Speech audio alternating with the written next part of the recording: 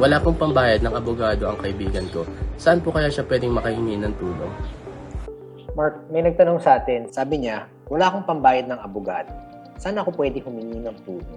First of all, basic right yung legal representation, your adequate assistance of counsel, guaranteed yan ng ating Constitution. So maraming pamamaraan para mabigyang buhay yung karapatan na yan. So kung sakaling may kailangan kang tulong na legal, marami tayong pwedeng lapitan. So una, syempre, nandyan yung Public Attorney's Office, no?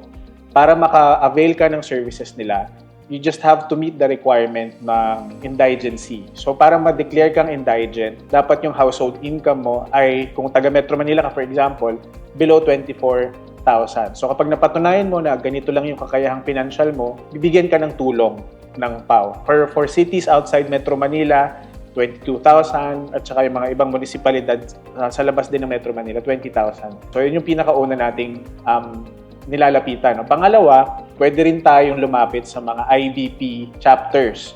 Ang IBP, yung Integrated Bar of the Philippines, no? Ito yung samahan ng mga abogado sa buong Pilipinas. At sila, meron ding mandato na magbigay ng tulong legal. So pwede rin natin silang lapitan.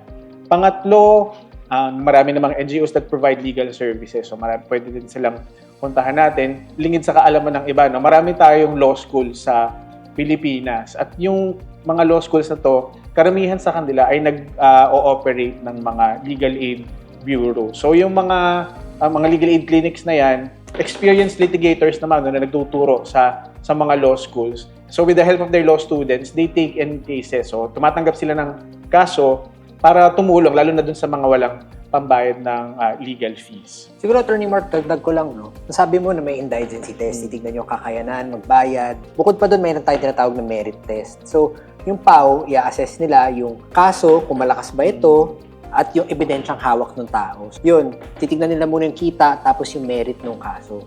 And panghuli, no, reminder lang, ang Korte Suprema ng Pilipinas ay nag-utos din na ang lahat ng abogado sa Pilipinas ay kailangan mo magbigay ng libreng tulong legal at least 60 hours, no, within a period of 36 months para sa mga nangangailangan ng legal services.